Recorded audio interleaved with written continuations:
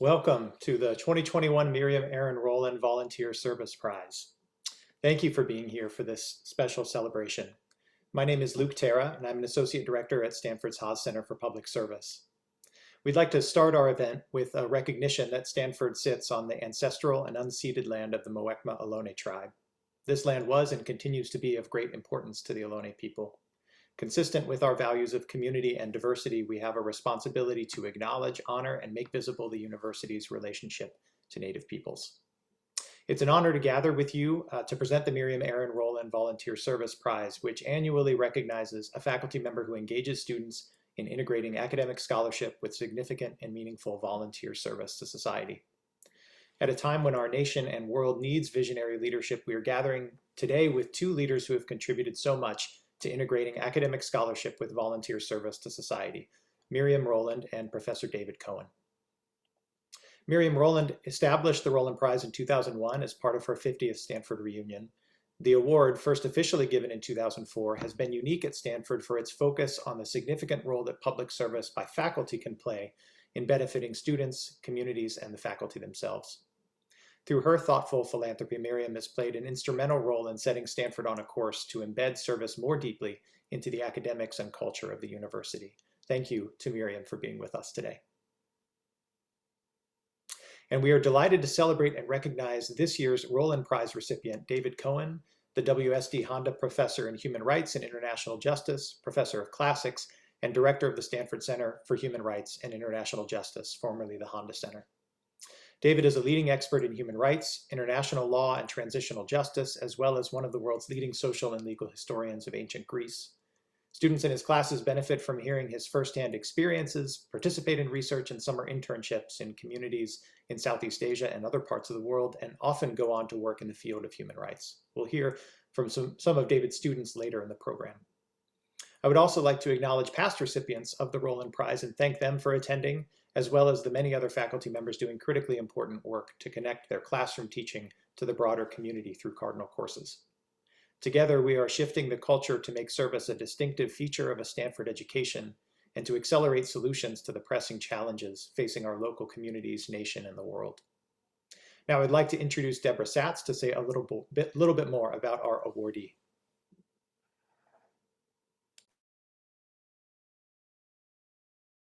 Deborah is the Vernon R. and Elizabeth Warren Anderson Dean of the School of Humanities and Sciences and has been a member of the Stanford faculty for 3 decades. As a political philosopher, Deborah addresses some of the most pressing challenges and fundamental controversies about freedom, equality, and fairness.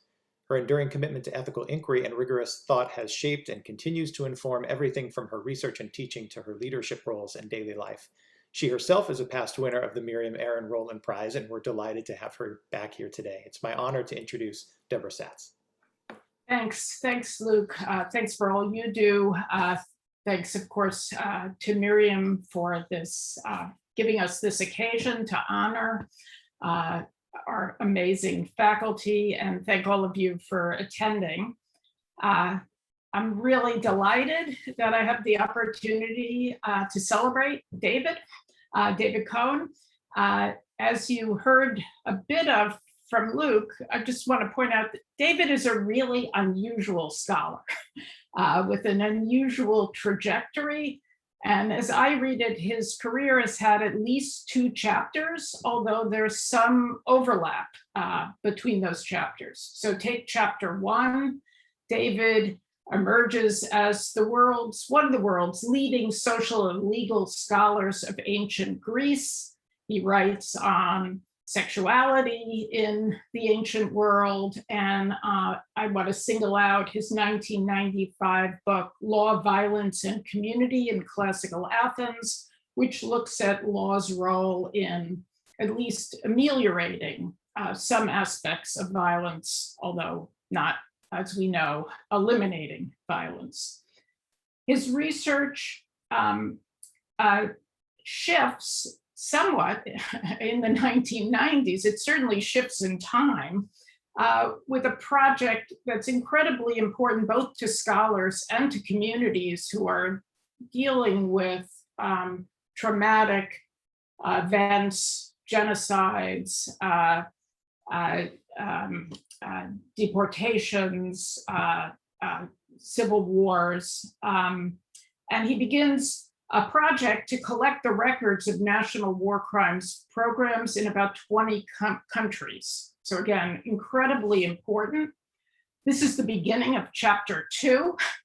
And chapter 2 activities include leading justice sector reform initiatives and contemporary tribunal monitoring programs throughout Southeast Asia, especially East Timor, Sierra Leone, and then also in Cambodia, and then also in Bangladesh and Rwanda.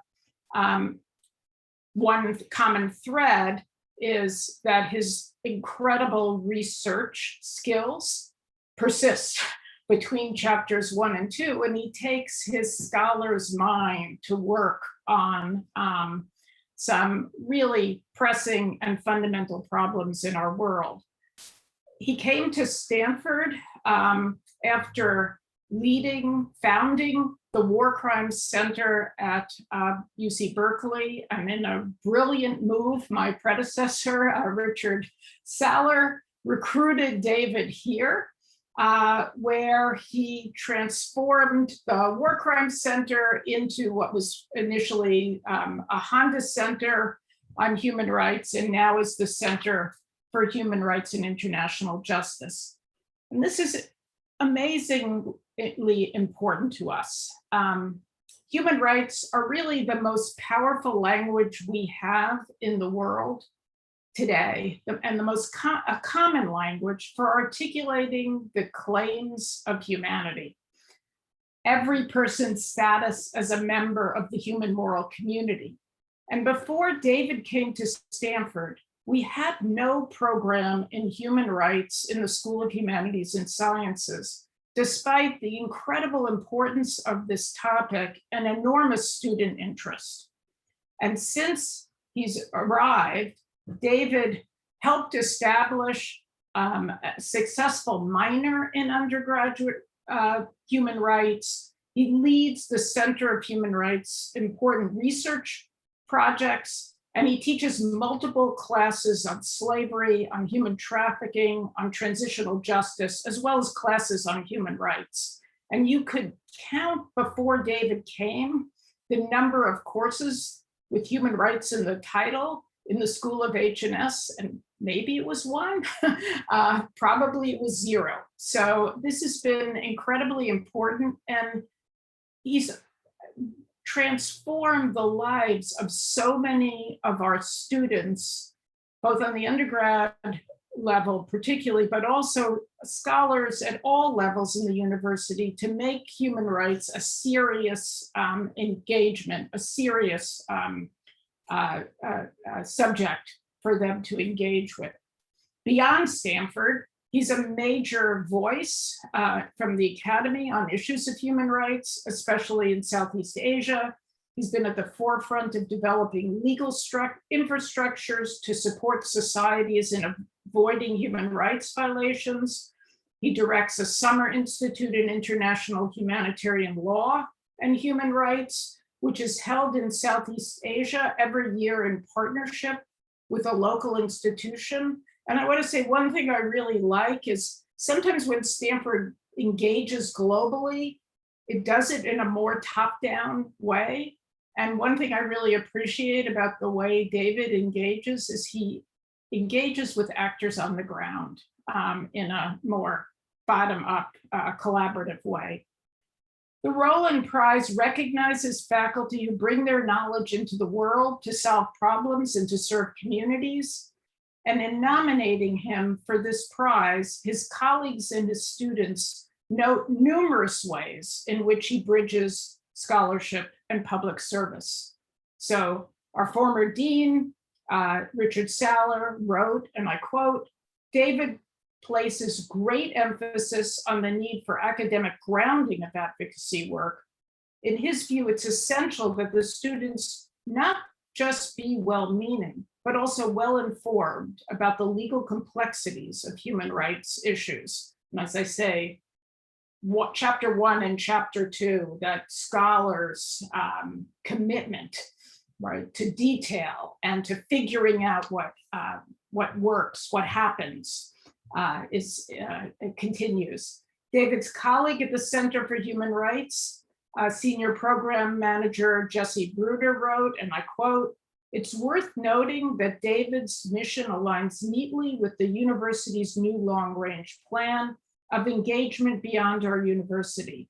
The center, under David's leadership, recognizes that the urgent challenges at the heart of our work, human trafficking, rising authoritarianism, supporting nascent institutions of international criminal justice, and providing mental health care for victims of gross human rights abuses, necessitate the fusion of teaching, research, service, and community partnership." The Roland Prize also honors faculty who transform the lives of their students, encouraging them to engage in public service.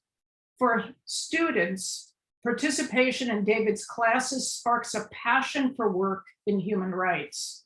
He has an amazing network of contacts worldwide, which he calls upon to give students the opportunity to apply what they've learned in his classes to research projects and internships. I'll just quote quickly from one of his students, Kira Jasper, who wrote, quote, "After taking his course, I interned for one of the center's partner organizations in Indonesia for a summer.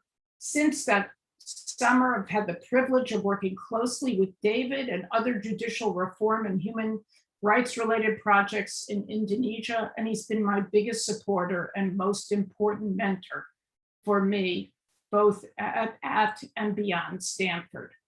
Stanford has many amazing scholars and teachers, but David stands out among them as the ideal type of a faculty member who engages students in integrating academic scholarship with significant and meaningful service to society. On behalf of Stanford University, I'm delighted to recognize David Cohen as the 2021 Miriam Aaron Roland Volunteer Service Prize recipient.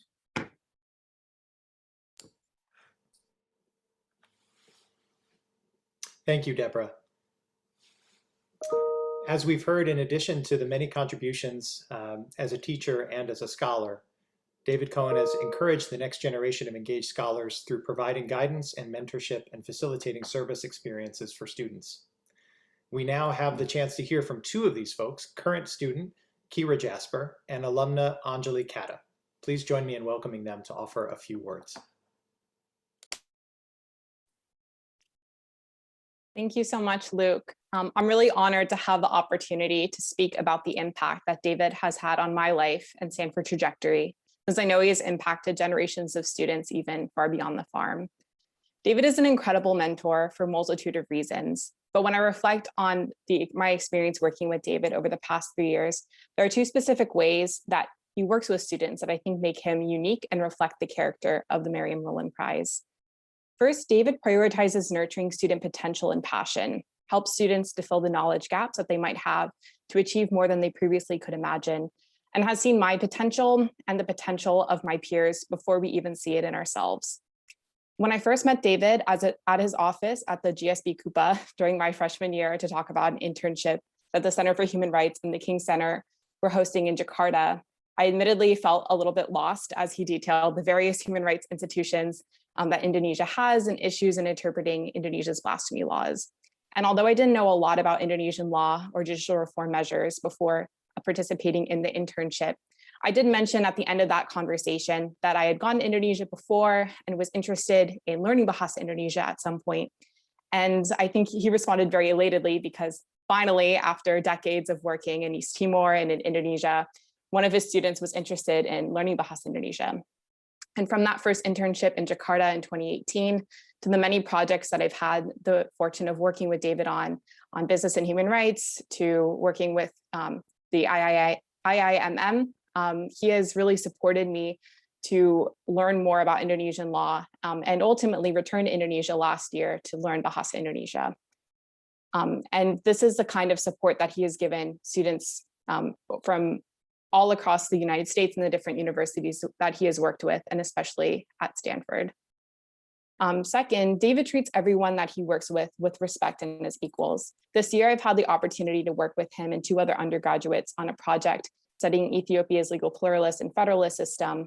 And even though this was a project that all of us didn't have a lot of background in going in, he always approaches conversations and our meetings interested in not only understanding what we had to say, but also really taking our questions seriously and making us feel respected and valued, and having the confidence and feeling the confidence that he has in our thoughts and opinions has made me grow as a scholar in more ways than I previously could have imagined going into Stanford. David has provided so much valuable insight and encouragement and support into my interest in returning to Indonesia after graduation, from helping me to understand nuances of human rights laws and institutions, to also lecturing me on why I should be more careful about eating street food in Indonesia or riding motorbikes. And all of the students that I have talked to who have worked with David shared the same admiration and appreciation for all that David has had for us. And I'm really honored to have been a student that David has not only mentored and whose life has been changed so much because of his work and his impact. And now I'm really pleased to welcome Anjali Kata to speak a little bit more about how David has impacted her Stanford career. Well, thank you, Kira. Yeah, my name is Anjali Kata, and I graduated from Stanford in 2019 with a degree in engineering physics and a minor in human rights. I currently work at UN Global Pulse, a group that uses technological and data-driven tools for development and humanitarian aid.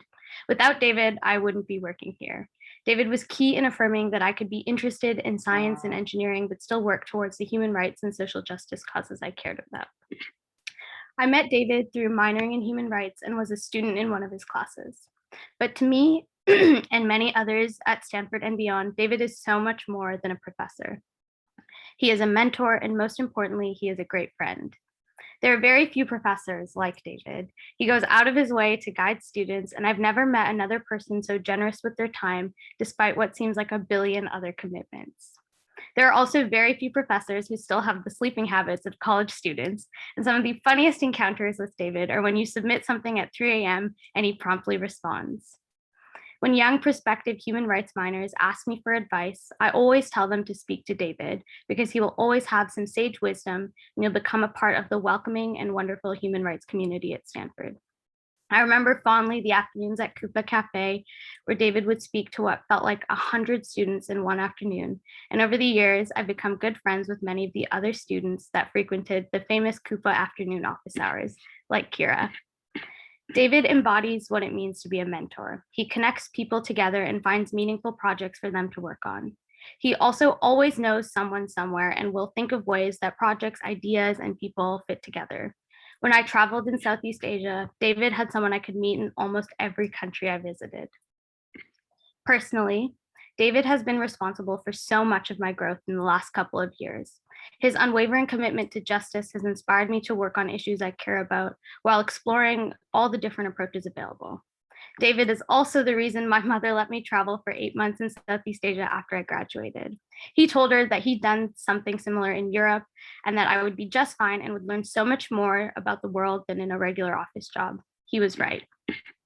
From working at LAPE, a human rights center partner organization in Indonesia doing environmental legal research, to working with Lee Ashley on the environmental impacts of the Rohingya refugees in Cox's Bazar, David has been the driving force behind so many of my interesting experiences. What made the biggest difference for me, however, was David's firm belief that you don't have to have everything figured out, and that frankly, having everything figured out is boring. He has been incredibly supportive of following your nose into what's interesting and what you care about, and not worrying about 10 or 5-year plans. He grades such as learning, seeking experiences outside the Stanford bubble. For someone like me who is interested in and cares about so many different things, his support has given me the confidence to carve my own path. I know I speak for so many when I say that David is a one-of-a-kind professor, friend, and mentor. He's encouraged and supported so many students into pursuing meaningful, fulfilling lives guided by justice and serving others. He is also very humble, and I know he'll think what I'm saying is gratuitous, but I mean every word. Thank you for your food recommendations, your hilarious stories, particularly those about Cambridge, your guidance, unwavering support, and kindness. You're truly deserving of this award. Thank you.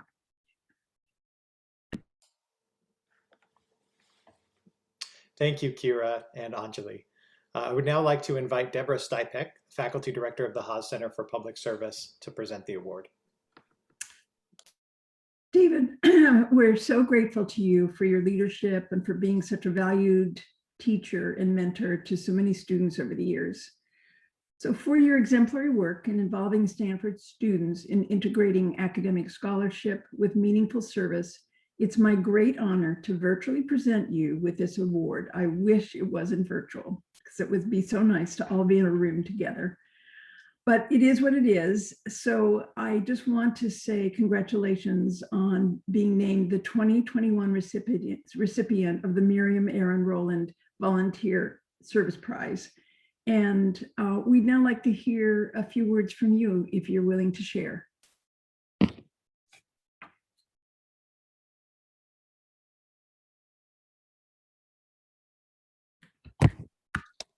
Thank you very much.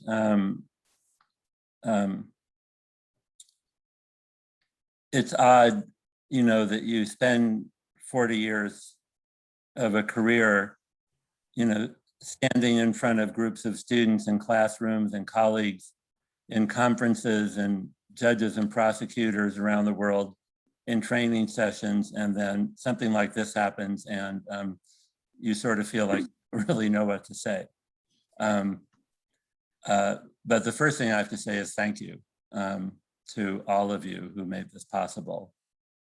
I could spend the whole time, the time that I've been allotted, just going through each and every person, but thanks, of course, to Miriam Roland for creating this program to recognize individuals in the university, try to make a difference. And thank you to all of those who nominated me and for all of the kind words that I've heard. It's not difficult to be a good mentor when you have amazing students to work with. And that has been my good fortune and my privilege. And it's also, I'd say, one of the things that has been transformative for me in moving from several decades at Berkeley to Stanford, which is not to say that I did not have some good students at the War Crime Studies Center. But I've never had so many students who have found human rights to be a focal point and who have so much to contribute and so much potential to make a reality of what Stanford commits itself to, which is educating global citizens who will make a difference in our world. And it's an incredible privilege to have worked not only with Kira and with Anjali, but with, I could spend several minutes just naming all of the other incredible students that I've been able to work with. At the same time, it's really unfair to my colleagues to create an impression that I do this alone.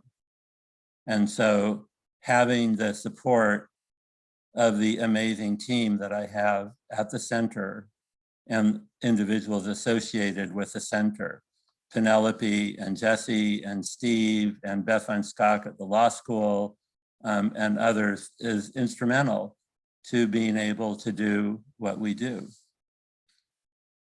Then it would also not be possible without the institutional support that Stanford provides. And that was a surprise to me coming from Berkeley to Stanford, that a university could really put so many resources into enabling students to go out into the world and to assist faculty in helping them do that. And there are so many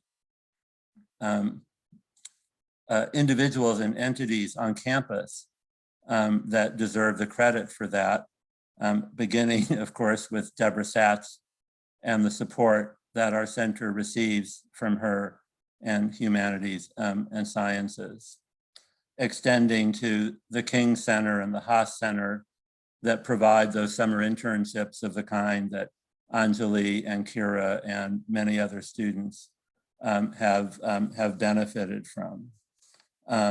That's what has enabled students to spend a summer at the National Genocide Museum in Cambodia, which we've now had several years of students interning there and helping the museum develop exhibitions to inform the Cambodian public and international visitors and so forth, or to enable Kira, Kailana, Anjali, Alicia, Melody, and others to go to Jakarta and work with our amazing NGO partners. And what Deborah said is exactly right, which is that if you want to engage internationally, and you want it to be sustainable, the people who really drive the work are the people who are there and will always know their country better than you ever will, no matter how much time you spend there. Another Of course, another partner is global studies. And the kind of courses that I teach have been assisted through course innovation grants and so forth that help me to bring in outside speakers, which is also a way of connecting students to opportunities abroad. And finally, one of the current initiatives that is underway and that really connects the work that we're doing now at Stanford to what we began more than 20 years ago in the collection that Deborah mentioned, is working with the Stanford University Library and Mike Keller and his team. We have just become the official electronic repository for the entire archive of the Nuremberg Tribunal. That work is the foundation for developing a global human rights resource, digital resource for teaching, research, informing the public, both at Stanford and globally. And they've been an amazing partner. So it's this combination of people that has enabled me to do what I think is the most important part of my job. It's not just imparting skills and knowledge in the classroom, though, as Deborah said, that's essential because advocacy that is not based on evidence and strong analysis is advocacy that will not be effective. But beyond the classroom, beyond the academic skills, it's creating opportunities and enable students to have experiences that are more than lines in their resume. And what's remarkable about students like Kira, like Anjali, and again, I could name many others, is that they're not just interested in gilding their resume. They're interested in making a difference in the world. And that's the most important part of my job, is to help them do that by also through those experiences learning what they are capable of contributing and where and how they can best contribute and make a difference. So the classroom is obviously critical in education, but to me, the classroom is a starting point. It's not the whole. Knowledge in itself is just information. It's what we learn to do with the knowledge that we have that makes knowledge important. And what inspires me to continue the work that I do is to see what my students and my colleagues are able to do with that knowledge and those skills as they pursue the kind of work that they are pursuing. And I'm deeply grateful to all of them and to Stanford and to H&S and to all the others who enable me to do a job here that is the most fulfilling that I've ever had the opportunity to do. So thank you to all.